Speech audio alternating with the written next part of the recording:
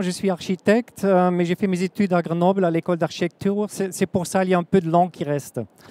Donc, qu'est-ce qu'il y a encore? Ça, c'est un peu les histoires où je travaille. C'est le Conseil des architectes d'Europe et dans différentes organisations politiques. Et en fait, le sujet maintenant, c'est la maçonnerie porteuse en bloc de terre non stabilisé. Et introduction, la maçonnerie en bloc de terre. Là, vous voyez une image de c'est en Égypte. Ça date de 3200 avant Jésus-Christ, donc c'est vieux et ça tient toujours dans un état un peu bon. C'est ce qu'il est. Voilà.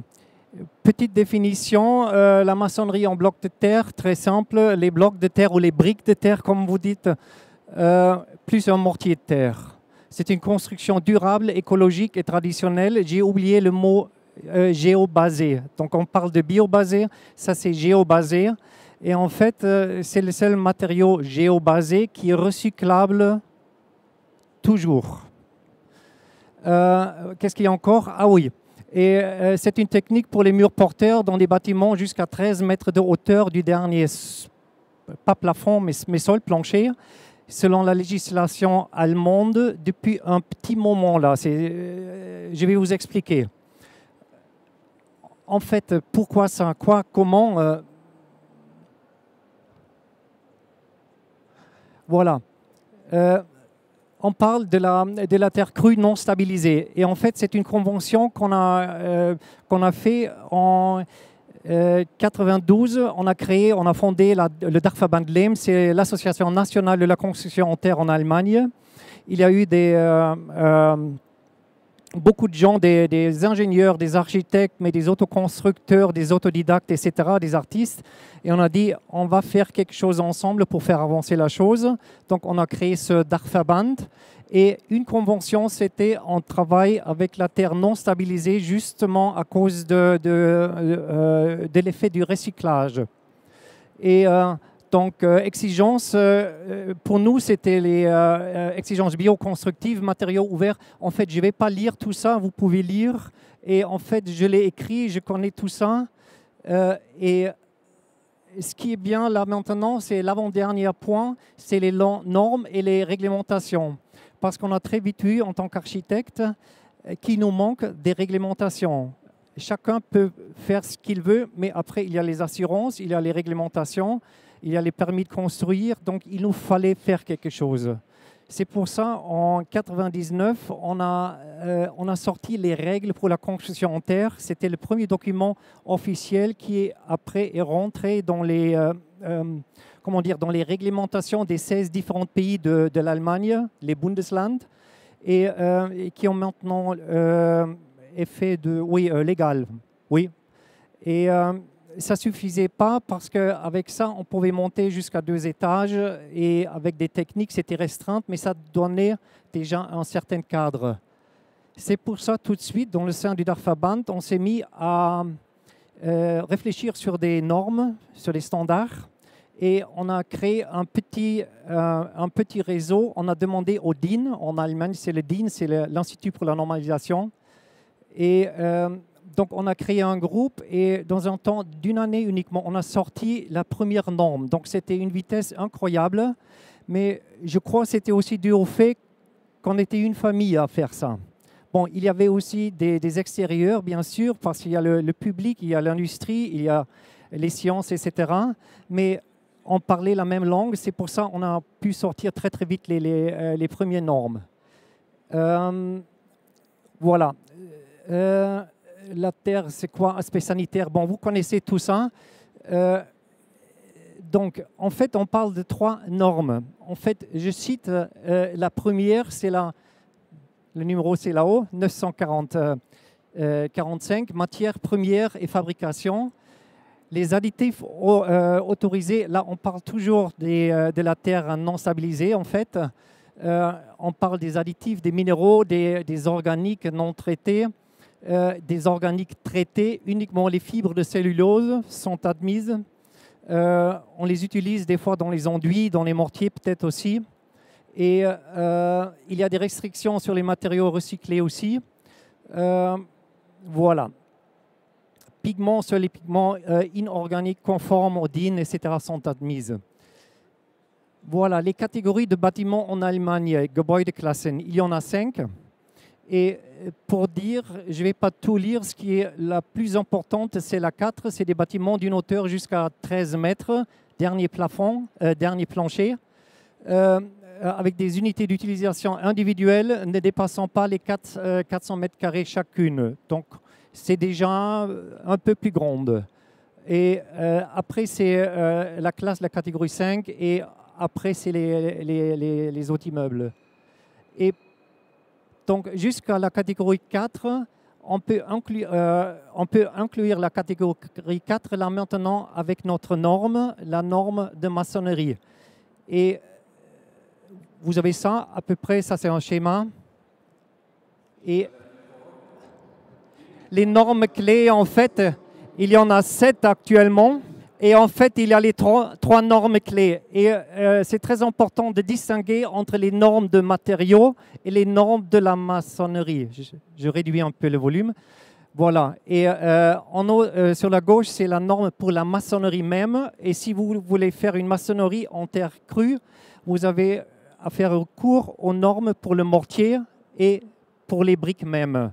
Et donc, c'est les trois qui jouent ensemble. Et ça, c'est très important.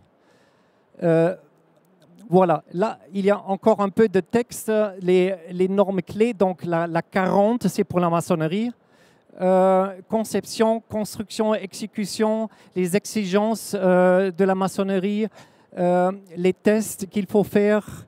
Et vous avez maintenant les normes pour le mortier et pour les blocs. Bon, je crois que je ne vais pas tout lire ça. Donc ça, c'est les prescriptions pour la qualité des matériaux. Et en fait, je laisse aussi la présentation. Si vous voulez la voir, on peut la distribuer. Il y a les droits pour les photos et tout ça, c'est réglé. Et en fait, c'est très important après les propriétés pour les matériaux qui sont réglées. On a ici, par exemple, les... je ne peux pas retourner, voilà. Ça, c'est les classes d'application. Ça, c'est la perforation, par exemple. Ça, c'est réglé. C'est la résistance à la compression des briques en terre crue, le comportement à l'humidité, au gel. Après, c'est la conception même. Ça, c'est la DIN dans 40, la norme.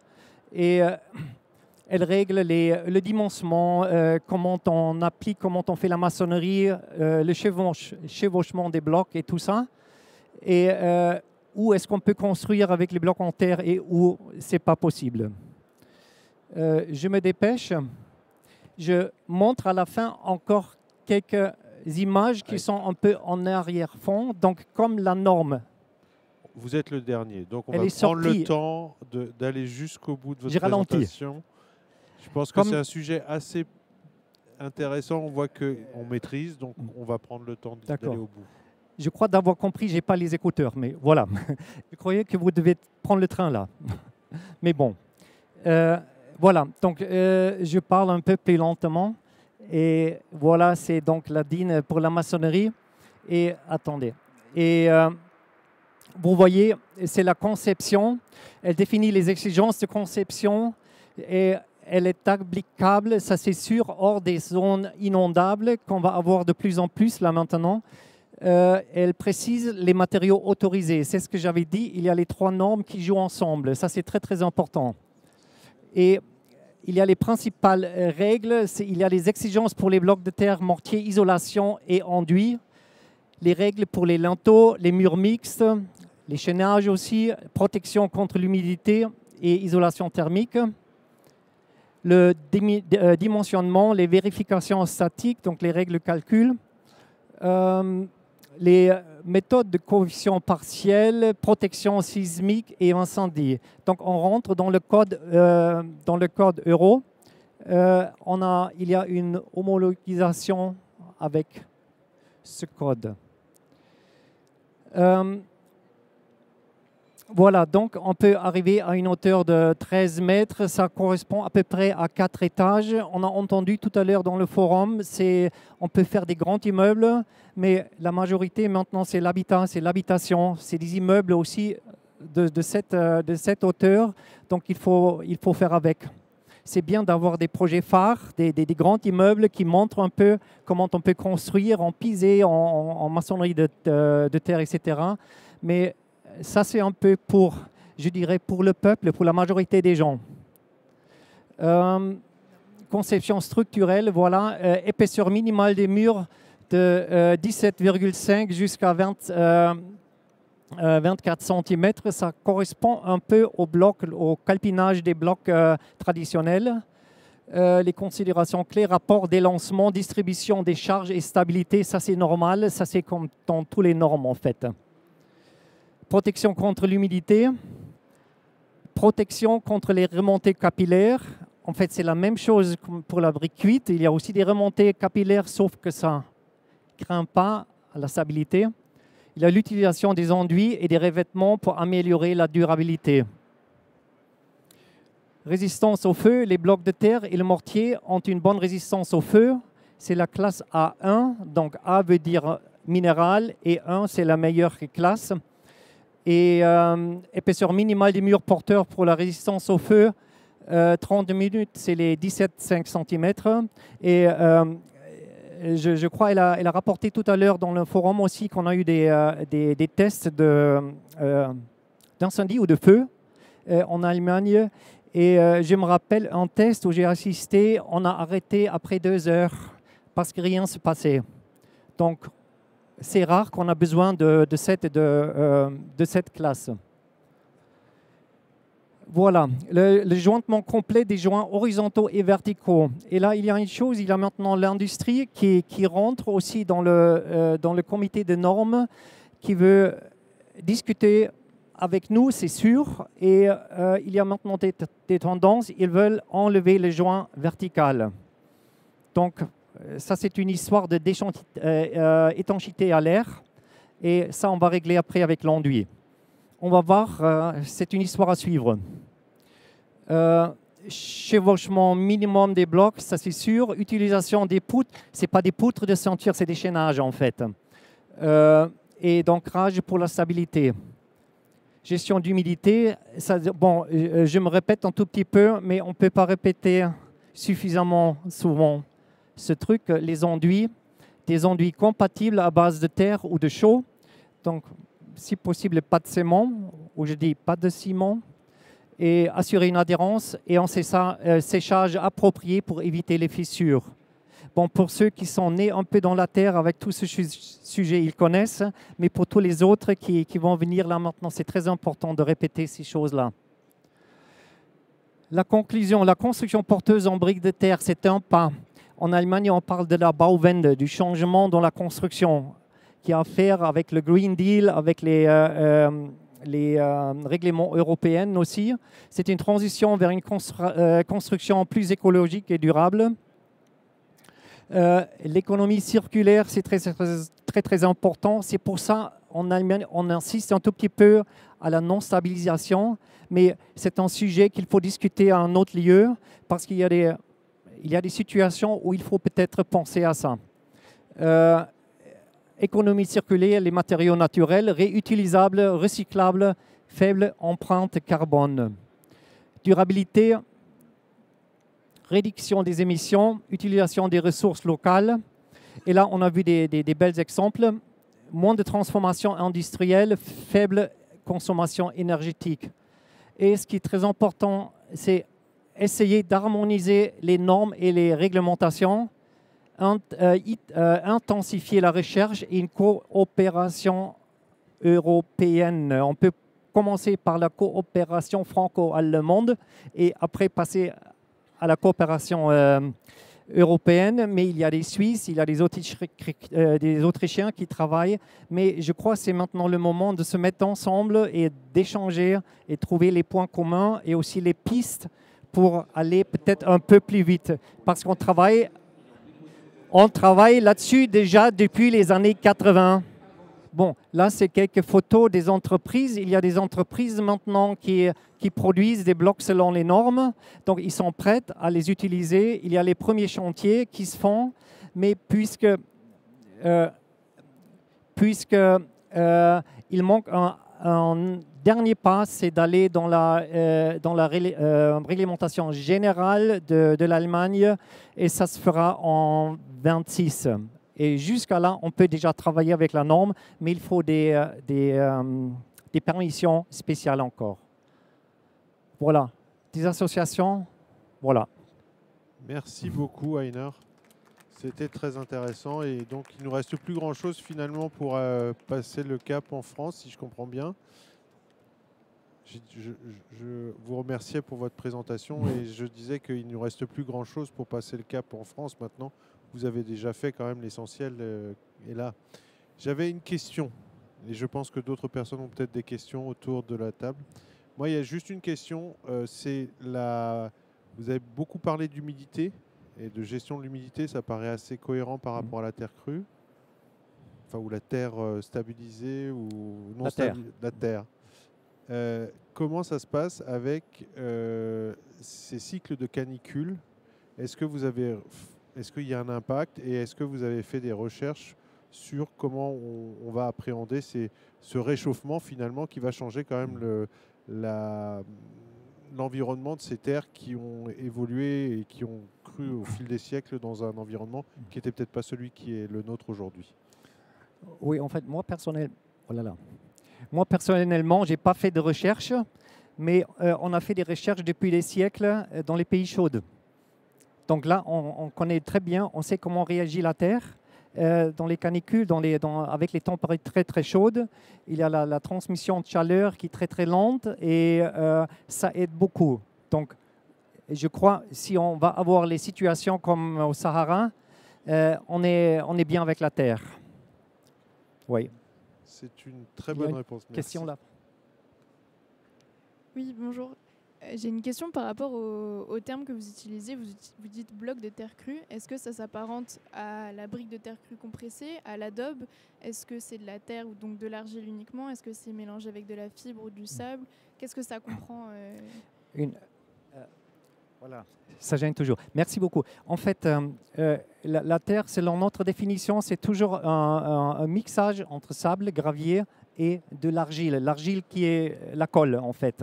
Et il y a les proportions qui sont un peu variables, mais qui sont très, très basses. Si on va cuire la brique, il va avoir un pourcentage de 30% à peu près, mais pour la terre à bâtir, c'est toujours un peu moindre.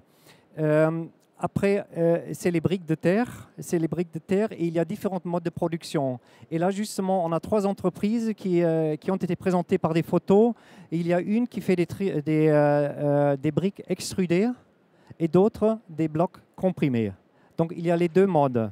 Oui, ils sont extrudés avec des machines qu'on utilise pour l'extrusion des briques à cuire, un peu modifiées parce qu'il y a un autre...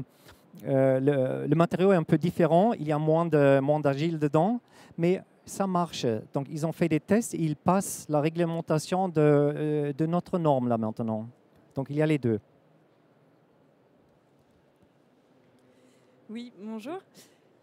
Alors, on sait que la terre, enfin, l'argile calcaire peut avoir des comportements au feu très différents.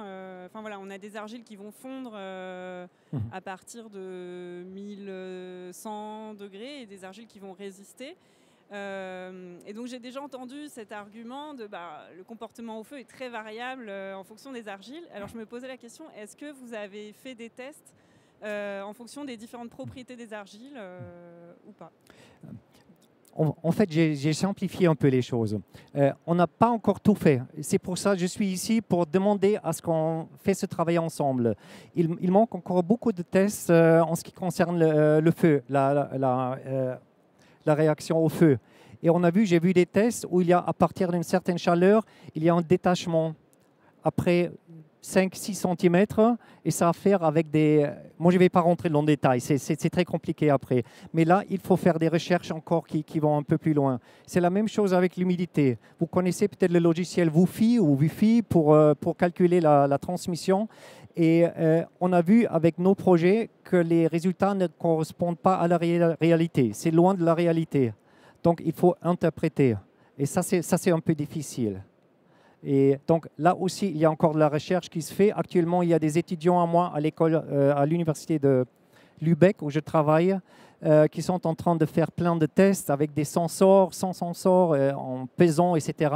Et c'est très intéressant. Donc là, il y a une idée aussi qu'on va demander aux maintes projets qu'il existe déjà en Suisse, en Autriche, en France, en Allemagne, de peut-être donner les résultats des tests qu'ils ont faits, qui sont en propriété privée la plupart des fois, mais de les mettre ensemble et en faire une référence, parce que ça sera très important.